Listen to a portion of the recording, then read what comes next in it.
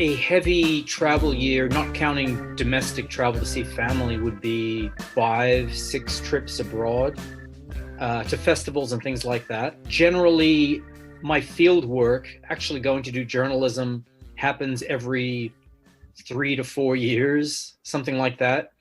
And mostly I am at the desk. And there are times when I'll tell my agent or whoever, just I'm not doing any festivals, nothing. I just want to sit here and work. So sometimes I go months at a time working. I do like to get out, like I said, but ultimately most of the job is solitary at the desk. How regimented are you when it comes to working on a book? I mean, are you hyper focused on one at a time, or, during the process of working on, say, this new book, were you out there doing some research for future titles? I sometimes work on 2 or 3 projects at a time. Over the last, let's say, 10 years, I've been working on side projects as I'm doing my journalism. In fact, I kind of need that. Every Saturday, I used to give over to a side project that grew into another comic called Bump, which isn't journalistic at all. And I've been working on a Rolling Stones book for many, many years, just little by little. I kind of need it to leaven the harder journalistic work. It's really a necessity for me. Right now, I've just given myself totally over to the side project because I do have another journalism book that is sort of waiting for me to get to. The field work's already been done. I just have to start it. But I find I'm not in that mood. The side project specifically in this case is the Stones book? Yep, and that's full time right now. It's fun. I've needed that for a long time. I've needed just to let the horse gallop, and I'm just going with it now. But I'm starting to get a bit guilty because I have to do a book, like I said, this journalism book, and it's a hard book, and maybe over time I've gotten a little worn out by the hard books. So the Stones book is sort of like you've been holding off your dessert while you eat the main courses. Yes, that's exactly it. And then you get to a certain age, you kind of want to get to dessert. Obviously, you've been doing this for a long time, and I assume that you're in a as comfortable place as I guess any cartoonist or writer could be in 2020. But you have you have a publisher, you have publishers. They would probably put out whatever you wanted to. Why not commit yourself to doing some just fun work for a while? That's it. And the truth is, even the fun work has a very serious component to it. In fact, it's actually a very serious book. It turns out my journalism books are really planned, but all the side projects have been sort of unplanned, and they sort of go where they're going to go.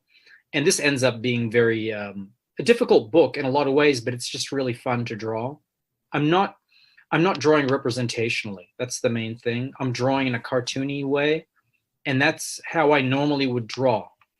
All the representational work I do, which is most of my work, is like it's like I'm pulling teeth almost. It's difficult for me. I've noticed that in your work that when you draw yourself, it's still in that cartoony style or pretty close to, what I've seen in your older work or, BAMF, stuff like that. Do you feel that drawing something in a more cartoony style would be doing a disservice to the serious subject matter? Yeah, definitely. I mean, if you look at my very early journalistic work, Palestine, especially the first few dozen pages of that, it's done in a very cartoony style. And then I got some pretty sharp comments from Palestinians and Jews about how I was depicting people. And I looked at it and I thought, well, I can see maybe why they might be offended by this. Because I'm a cartoonist. I tend toward caricature. And I personally tend toward the grotesque in my natural way of drawing. So everything was sort of grotesque. And I realized, if it's going to have a journalistic, if I'm going to consider it journalistic, it needs to become more representational, more realistic. And so I sort of pulled everything in that direction as much as I could, having never studied art. But my drawings of myself always remained cartoony, just because I always thought it was an afterthought. I never really thought about making that representational. It didn't occur to me to make that more representational. Somehow I wasn't paying attention, let's say that. And then years down the road, it's pointed out to me, and I recognize that now, but I can't sort of, it's hard for me to draw myself realistically. It was just kind of muscle memory. It didn't even occur to you that you were drawing yourself differently than everyone else? That's actually a perfect way of putting it. It was absolute muscle memory. And it remains so to this day. No matter how much I draw myself, it always comes out in this cartoony fashion. At this point, you just say that's what your hand's going to do. And there might be no rhyme or reason to it. Scott McCloud has said, because I draw myself in that way, a reader can better put themselves into my character because I'm more nondescript than the others. That may or may not be true, but it's not the reason. The reason is there was no reason. I don't want to like argue with Scott McCloud on this, but if anything, it's the opposite of nondescript, right? I mean, it's a caricature, and it does sort of stand out from the rest. I guess my interpretation of it was that it was almost like it's almost self-effacing, which is just, I think, a quality that just all cartoonists have regardless. I don't know if it's like hyper self-critical or what, but almost by their very nature are drawn to poking fun at themselves. Yeah, I think that is part of it. I mean, the other thing is it's actually sometimes you draw yourself the way you feel. It might not be a realistic drawing, but it says more about your internal struggle in a way. I don't know if I'd call it self-effacing exactly, though I think that there's an element of that, but I think it's more, for me, it's just more, I always feel sort of awkward in some of these situations. Like you're in a journalistic situation and you kind of think, do I really belong here? Do I really know what I'm doing? I feel like I don't know exactly sometimes, and that sort of comes out sometimes in the drawings. Before we started recording, we were talking a little bit about the recent conversation that you had with Art Spiegelman, and he was drawing on his own experience of working on Mouse, and he felt that in that book specifically, it was very important for him to insert himself as a character. So it was clear to the audience, I guess, how the story was being told and how it was being framed. I assume that having done this for a little while and trying to be empathetic and mindful of others and letting other people tell their story, that you are very aware of how you insert yourself into the story. In this book, Paying the Lands, why was it important that you be a character in the work? I think out of sheer consistency, in the sense that that's kind of how my work has always been, and I never really considered not putting myself into the book. I think having yourself in the book, and for me, that came out of just the standard autobiographical tradition. I never really thought it through before I inserted myself in works that became journalistic. But the advantage, of course, is that the reader can tell that that they are seeing something through someone else's eyes, through a specific individual's eyes. I'm not some sort of all-knowing journalist hanging in the background. That everything is, there's a sort of a filter, and I am a filter. And that's clear from the fact that I draw myself in my work. The reader's being tipped off to that. Do you feel that over the years that you've pulled back on that a little bit, that you're inserting yourself into the story less as a character? This book specifically, you're not in it a lot. I'm in it a lot less. It depends on the type of book it is. Now, if you look at a book like Palestine, my first major journalistic stuff, work, in that book, I'm the sort of the glue that's holding all these episodes together. It's a very episodic book. I also, to be honest, wasn't exactly sure what I was doing. I didn't have clear ideas of where I belonged and what my place was in these books. Over time, that's become more clear to me. And when major characters are there that can hold a story together themselves, let's say Eden in the book Safe Area Garage, I tell a lot of the story of that Bosnian town through his eyes, I can hold back a little more.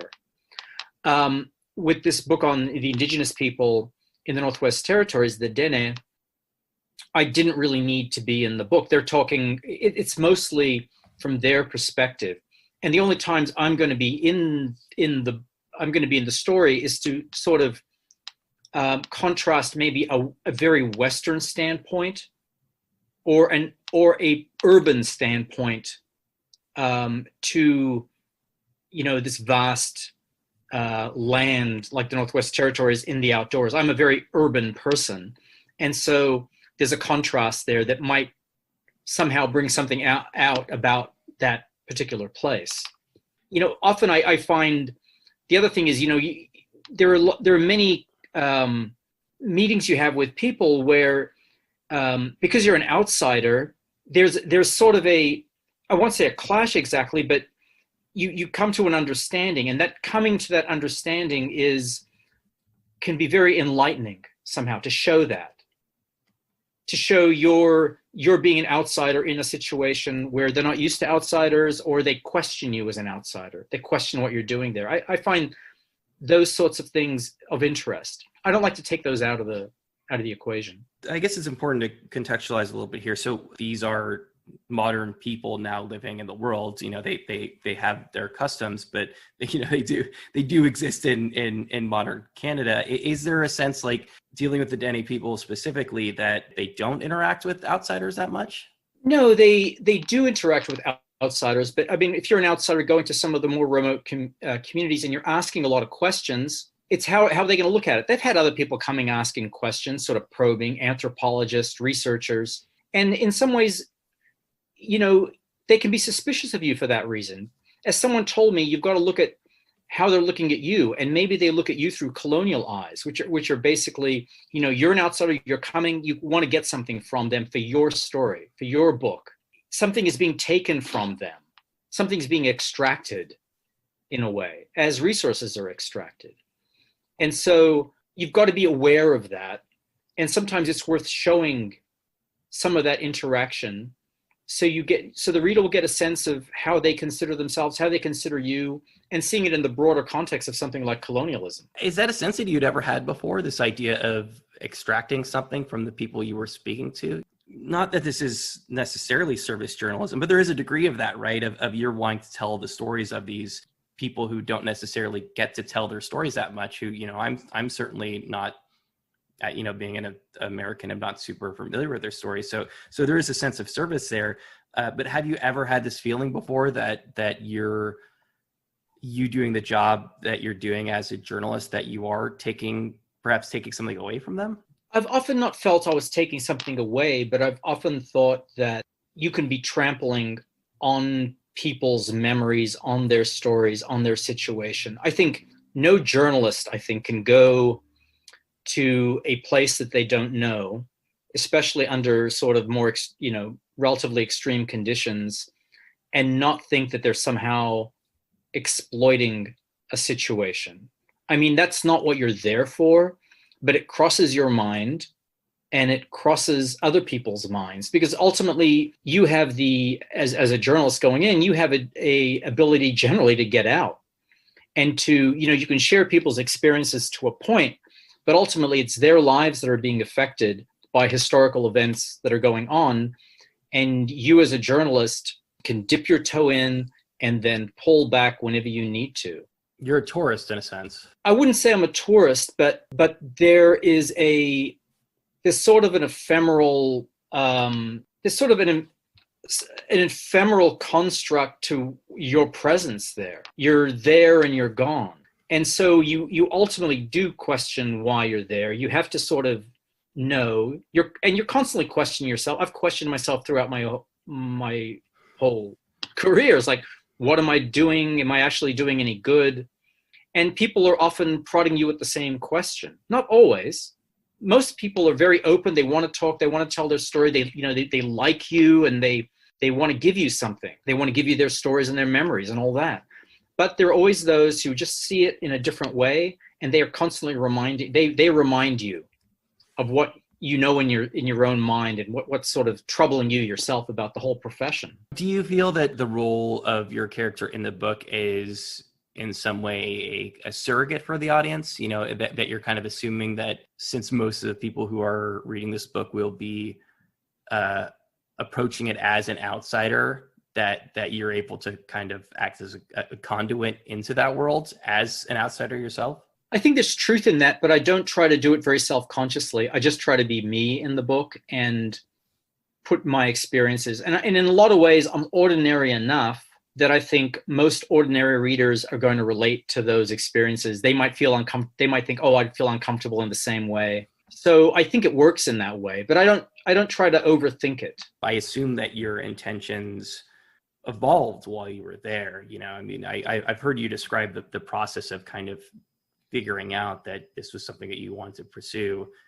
And perhaps this is the way a lot of your stories develop, but, as a magazine article that develops into another trip, that develops into something else. So like, as they're trying to get a read on what your purpose is, you're also really trying to figure out what your purpose is. There's a truth to that. I mean, the first trip I took up there, I had a very definite idea of what I was trying to find.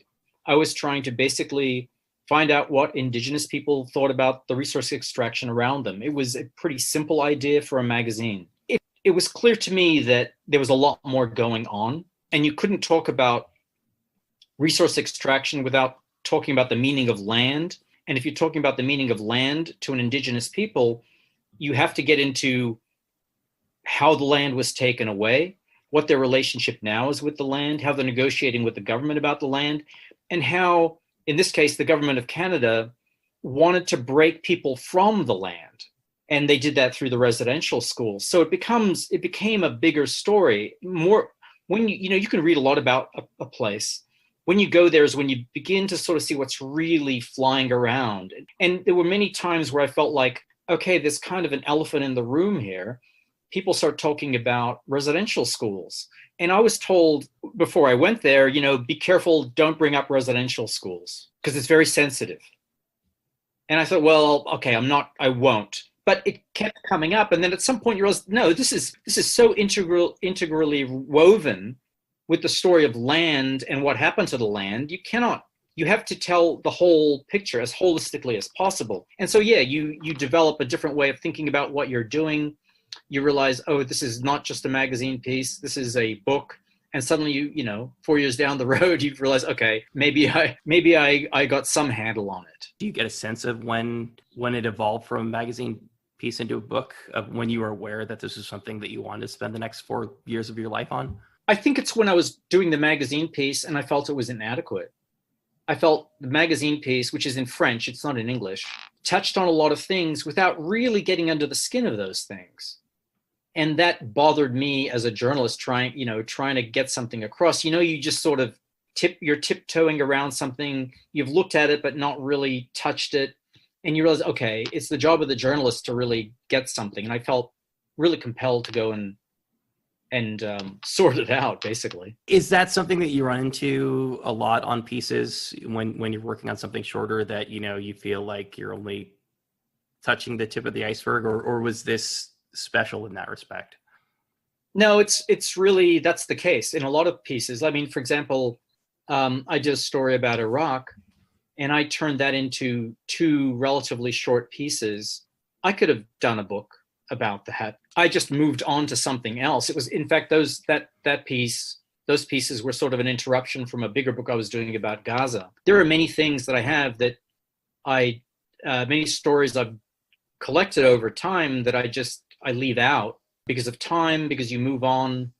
There are a lot of reasons for what I don't like to do is leave loose ends. Like if I'm going to tackle a short piece, I want to have it a self-contained short piece. It doesn't mean that there are many other things that were going around on the periphery that I couldn't get to, because there usually are. The editing process, there's a lot that you have to leave on the cutting room floor. What was it about this specifically? Because, again, like when you start portioning off your life into 4 to 7 year chunks, you realize, not that you're like super old, but you do realize that like we've all got like a finite amount of time on Earth. Obviously, we've got a finite number of books in us, and maybe there will be a point when it won't be as easy to spend 4 to 7 years on a project. Can you pinpoint what it was about this story that really, versus the myriad other projects you're working on, that needed to be told? Well, ultimately, I realized it needed to be a bigger book when I saw that there was a whole colonial process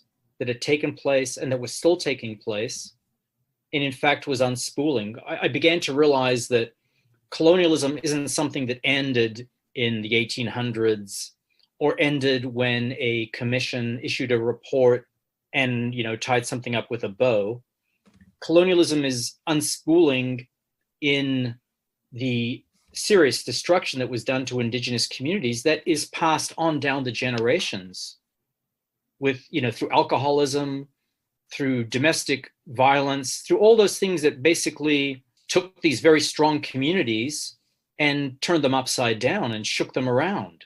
That stuff hasn't stopped. So I realized this is a living story, and it's about colonialism. Colonialism has always interested me. I've always thought of it more historically in a certain sense, and obviously it's not. And so that's when I realized, okay, this is a story about a very big theme. I've heard you describe part of the draw of this story specifically, that you were at a point in your life or in your career where you wanted to sort of step back from war for a little while. Did you get the sense that you were just kind of taking a break, that it's something you'll go back to eventually? Or do you feel like that period of your life is kind of done? Well, what I realized is you can't get away from violence. That's what sort of surprised me about this story too. It's like, I thought it was going to be a story about indigenous people and resource extraction, but there was tremendous violence that was done to the people through the residential school system, sexual abuse, beatings, and just trying to destroy a culture. So you can never really get away from the violence, but I did want to get away from shooting. I mean, I just don't want to draw guns if at all possible. I got fed up with that sort of stuff. Specifically for your own safety? No, it became sort of a psychological dead end, because you realize it's in some ways, I thought I could explain things historically.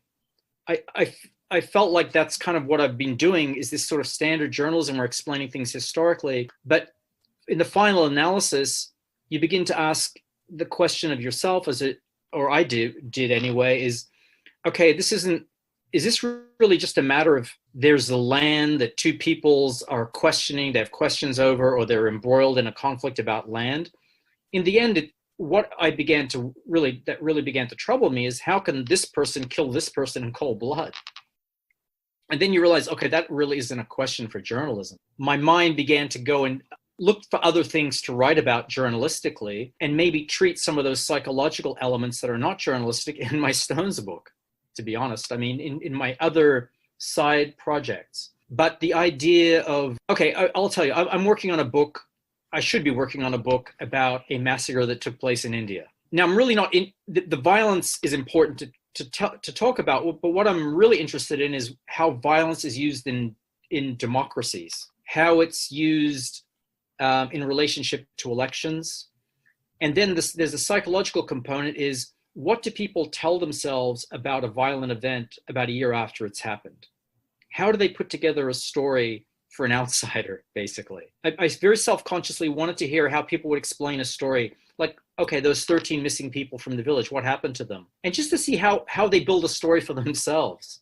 An official story, but it might not be the truth. And then the journalistic side of that interesting look at human psychology, to me, the journalistic side is to find out what really did happen, so you can contrast what they're telling you with what actually happened. It sounds like sort of the breakdown in the war concept specifically is, we tend to, especially when we're viewing it from the outside, tend to think of these conflicts in abstract ways and motives as the motives of nations specifically. And obviously, when you travel to a place and are on the ground and are talking to people, you realize, which should be painfully obvious, which is, these are people engaged in the wars. The disconnect for me, and I'm asking this as a journalist myself, is why isn't discovering the motivations of the individuals fighting the war, why isn't that an element of journalism? No, that is an element of journalism, and maybe that's what I'm trying to get to, is to get more to the human motivations. I mean, to me, it was when I was working on the book Footnotes in Gaza, which shows massacres of unarmed Palestinian civilians, men, by Israeli soldiers. And to me, I don't think of these soldiers as monsters. I think of them as ordinary people. And that book is about. It's a historical book. It's trying to tell a story that basically hasn't been told in English. It's trying to interview people to basically confirm that these events actually happened. Have many different witnesses, many different viewpoints about the story. Generally speaking, it's hard to go back and find soldiers who were involved in those sorts of shootings, for example. I mean, the motivations of why soldiers are fighting. I mean, in Iraq, I talked to soldiers and there were different motivations, and very seldom did it seem to have to do with some sort of ideological thing. They were involved in it because, well, they wanted to study. This is a way of getting free education. And their main motivation was getting themselves and their comrades home in one piece. The mission itself was of some secondary interest, but really the main thing was getting themselves home. That story has been told many, many times over and over again. I mean, if you read war literature, it's very repetitious. Saving Private Ryan, it's always the stories of soldiers who are, perhaps there is some like nationalistic reason that people enlist in the first place, but you can't just assume that everybody involved in war is a sociopath. There's probably an element of that. I don't think they are. And, generally speaking, I've done very little work with soldiers. I have spent time with soldiers, but most of my work has been refugees and people sort of affected, usually civilians. That's usually been my tack. One of the reasons I wanted to do a story about soldiers is I wanted to have round out in some ways my own understanding of what goes on in those sorts of situations. But it's usually refugees, and maybe that's part of, let's say, my burnout on it, is because I've met many refugees in many different places, and it's kind of the same sad story. And I mean, it's important to document that stuff, but you have to realize I think every journalist has sort of a half-life in certain situations. And you have to realize when you're actually doing good work and you still feel fresh enough to do it. And when you're beginning to sort of waver a bit, you just have to know it's time to move on to something else. And sometimes you don't even know what that point was or what that point is. You just feel like it's not what you want to do anymore. What you thought you were getting when you're going into it was different than what it ended up being. But I suppose from my point of view, when I'm reading this book, it doesn't feel like telling the story of the Dene people isn't all that different from telling the story of these refugees. In some ways, I mean, I can't help in these sorts of situations trying to find out what's going on. And usually there's in places like that, in places where a violence has been perpetrated on a people, there are people who struggle through it, who see it for what it is and try to move through that towards something else or regain something of what they were before, whatever you want to say. And there are some people who kind of get beaten down by it and have a hard time getting up. Those are the commonalities I find with the refugee stories I've done or the stories I've covered. I mean, you come across people who seem really resilient, and you're almost surprised. You think, God, I could never be that optimistic in a situation like this. But they're just like, they look at things very practically. How am I going to get this done? And those are the people who generally do well. It's the philosophers who don't. It's the ones who sort of let it get to them in a way that it might get to me. If your goal was to do something that wouldn't have the same kind of emotional drain on you as the other books, I think you've failed in that respect. No, I mean, I did fail. And that's one of the reasons. Look, I found it incredibly worthwhile to do that book. I find all my books have been worthwhile. It's got to be incredibly taxing. Well, it was, because I didn't expect that. I did not expect to go and sort of see the effects of violence. When I went up there, I wasn't planning for that. But then when you're there, you're like, okay, you're a journalist. It's like, okay, this is an important story to tell. And you just tell it, right? You try to tell it as best you can. And yeah, it's taxing to that point that you think, okay, now I need a break. I need a break from this sort of thing for a while. And let's see how long that while will be. I mean, obviously your friend was serving as your guide into this world, but when you were first approaching people to have these conversations with them, how did you ingratiate yourself and how did you convince them that your intentions were good? I'm not sure how I ingratiated myself. I think they allowed me, just out of the goodness, just the goodness and kindness to strangers, they just sort of allowed me to bumble a bit. I mean, I probably said some things that were, I'm not going to say they were inappropriate, but they weren't maybe what they wanted to hear. I remember one man saying, "What did you think of the drive up?" And it was like, it took us about 3 days to get up the Mackenzie River Valley. And to me, it was incredibly tense because it was like these turns, and it's icy, and there's these like Mack trucks driving by you on either side of these ice roads. Yeah, I mean, it was like a very sort of tense trip.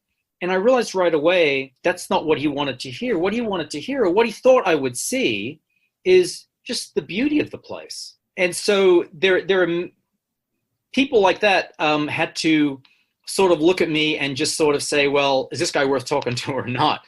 And, fortunately, a lot of people were willing to talk to me. Some people were more testy than others because they didn't know my motives.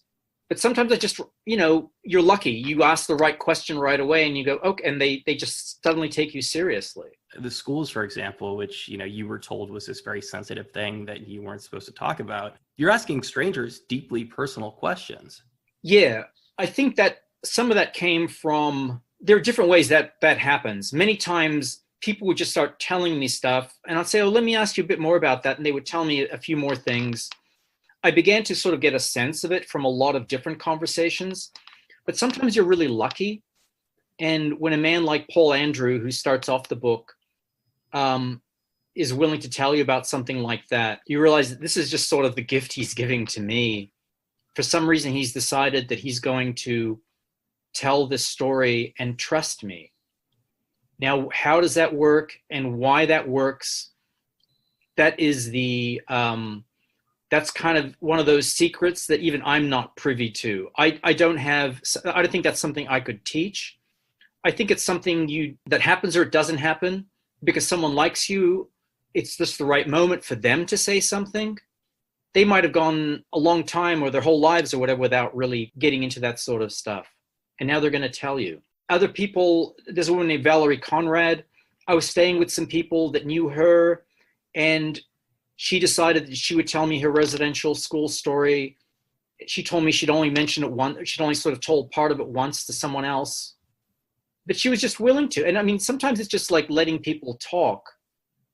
And what I learned there very well, because I was told, don't interrupt elders. I learned not to interrupt as much as I used to. It's funny looking at some of my old transcripts of older interviews in other situations where I sometimes, someone was on the road to telling me something and I cut them off, perhaps because I wanted to interject something that made them understand that I knew what was going on too.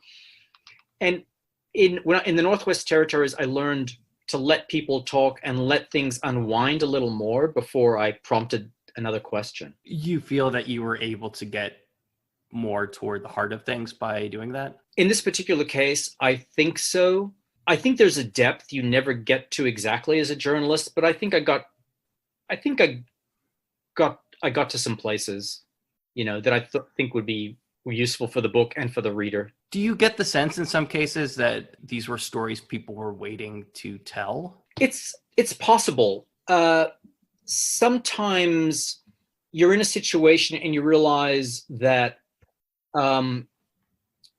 everyone has lived the same experience, so they don't tell each other their stories. In the community. Yeah, I remember being in Bosnia and going around with my guide and friend at the time, Eden.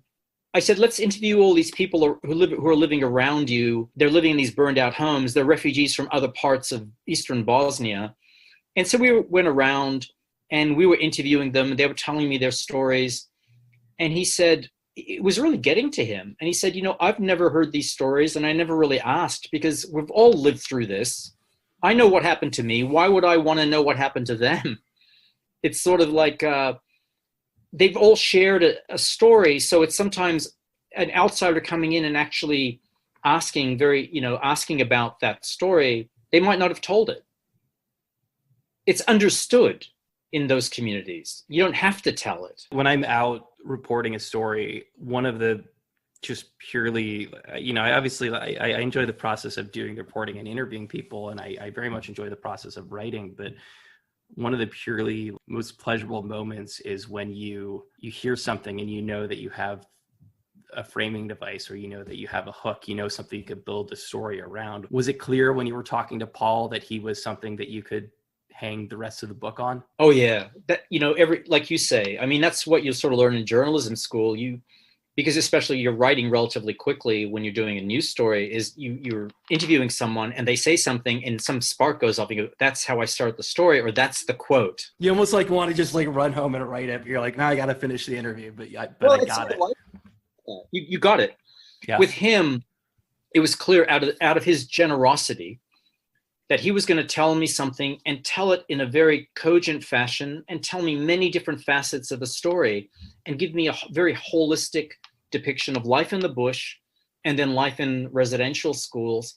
And even beyond that, give me his analysis of it, his understanding of how what happened to him in residential schools was opposed to everything he knew growing up.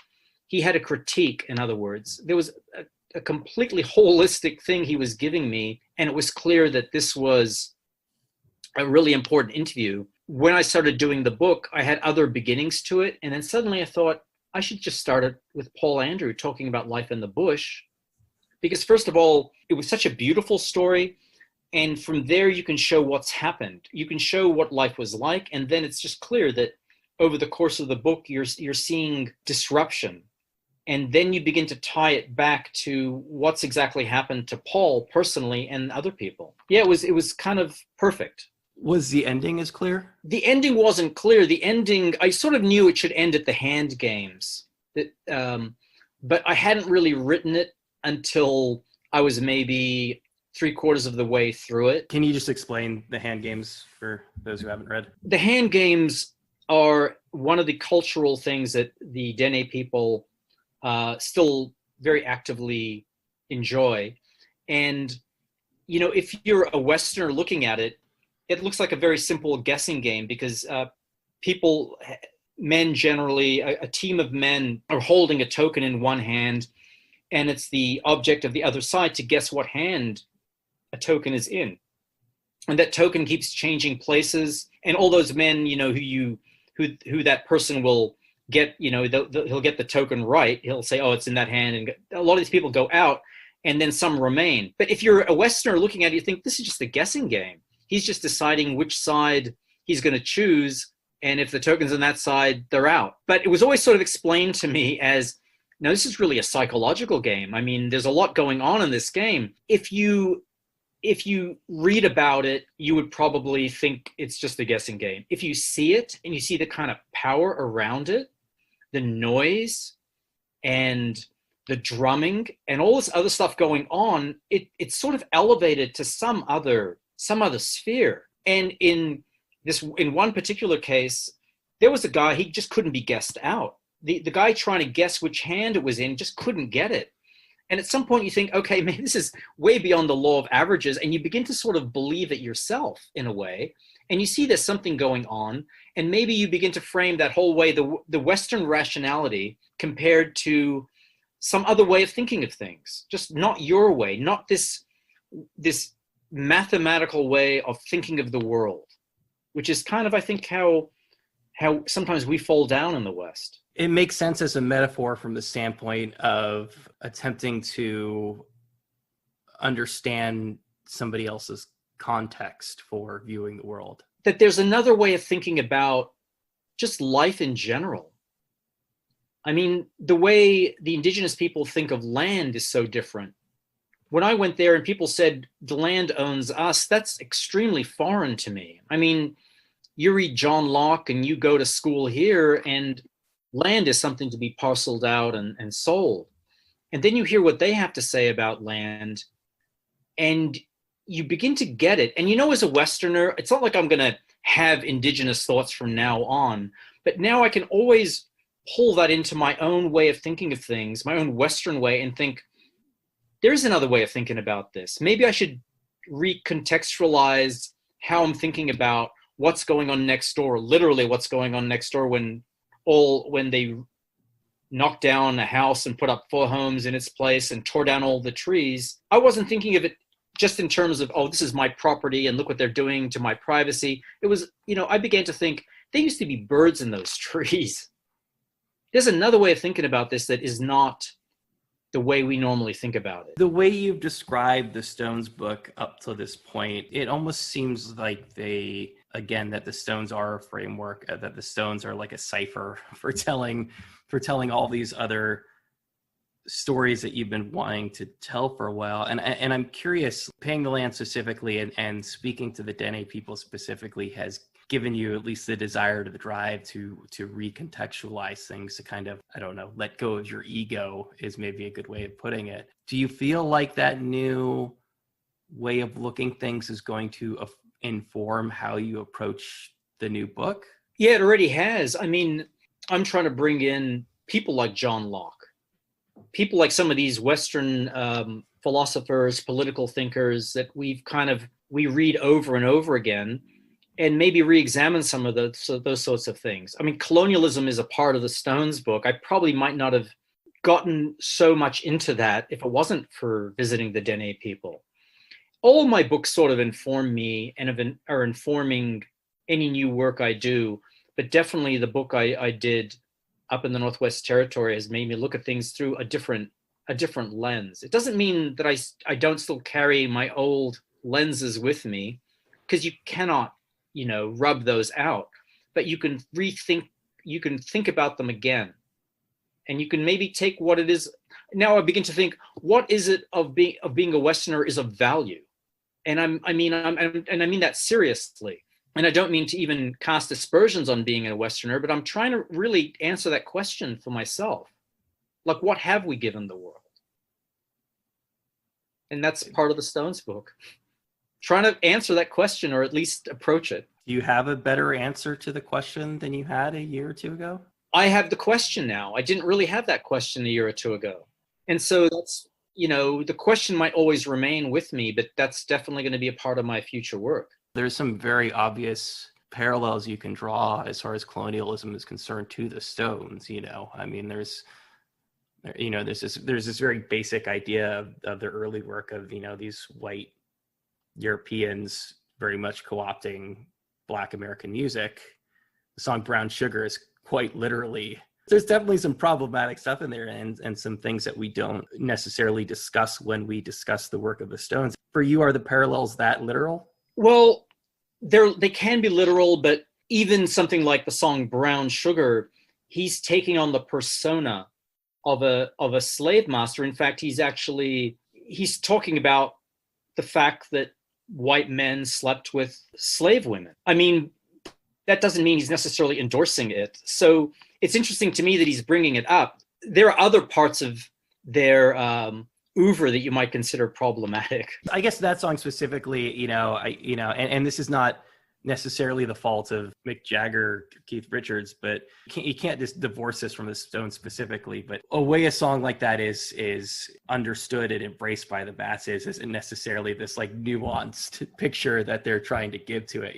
There's like lines in there that people are singing along to, and because of the way that they've been interpreted, can therefore become problematic. Yeah, definitely, and especially in modern contexts where we examine these things, we cancel artists or people based on things that they did in other contexts.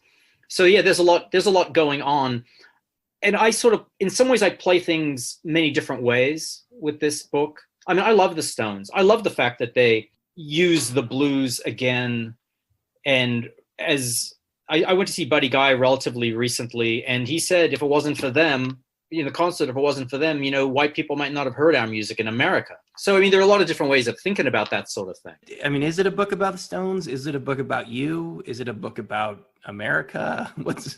Oh, wow. Those are three themes. I mean, part of it's autobiographical, and it's funny to say America too about a very British band. I got to say, it's funny even calling it a book about the Stones, because it's really, I mean, you could basically say it's everything I've always wanted to write about, all the ideas I had when I was doing my stories. I thought, that isn't journalism. All those things between those journalistic points you put down, all the stuff in the middle, it's sort of thrown into a blender. It's very hard for me to describe it. It's very hard for me to describe the book. The Stones is the thing I bring out because that's sort of the thing that is a thread through it. But it's not really the main It's not really a main thing. It started out as a main thing, but like, I'm letting this book just do what it's going to do. It's going to be a mess. It's a chaotic mess, to be honest. Because all my work is very structured. Most of my work is very structured. Obviously, you were a pioneer of, or did pioneer comics journalism. You know, there wasn't a framework for it before. I get the sense that you still feel obligated to adhere to certain structures and certain ideas of journalism in the context of your own work. Yeah, I consider myself in some ways a traditionalist, not in the sense of how I think of objectivity and the fact that, you know, I'm a character in my book. That isn't generally a journalistic, sort of an American journalistic attribute. To me, what became very important is to do the basic things I was taught was to interview people and to talk to people and find out their stories. And that to me is sort of the essence and the nugget of journalism. And in that way, I'm pretty traditional. I might have my viewpoint and I try to wear it a little on my sleeve in a way, but I always try to approach it that I'm keeping a very open mind about what I'm seeing. And so even things that I see that are disturbing or that might color someone's way of thinking about this, to me, if I'm seeing it, I have to report it. That's kind of how I look at it. And even this book, I mean, it felt uncomfortable doing stuff about alcoholism, all that sort of thing. I kept arguing with myself, how much should I get into this? But you realize everyone's talking to you about it all the time. It's no secret up there. You just have to put it in the context of why there are problems with alcohol. And again, you know, I can trace it all the way up to colonialism again. So yeah, I mean, I've got this sort of gonzo-ish aspect to my journalism, but even if you read someone like Hunter S. Thompson's Fear and Loathing on the Campaign Trail, it's wild and crazy, but if you actually read the book, you'll see that he really knows how the electoral process works. He knew the ins and outs of it. So if he's going off the deep end and he's jumping off real knowledge of how the system works. He's not just sort of, you know, rocketing through making fun. To him, it's deeply serious. For whatever reason, we're never really able to do an interview over the years. And one thing that I've always really wanted to ask you is, when we tend to think of journalism, we tend to think of it as being something in the moment, right? Of, you know, if you're embedded in a war zone, you're like calling your editor on the line, or, you know, you're typing up something really quickly and sending it to them. You know, if it's for a website or a magazine, it's something that goes up that day or the next day. Obviously, making a comics is not that. It's a very long and painstaking process. This was a relatively short book for you in that it only took you 4 years to do. So how do you square the two? Well, I long ago gave up the idea of doing news on a 45-minute deadline. Though that's why I got into journalism, because I loved that sort of thrill. You're right, it's slow journalism. I square the two because I think some of the themes I'm getting to are bigger. It's usually people in extreme conditions. How do people behave? How do they rise above it?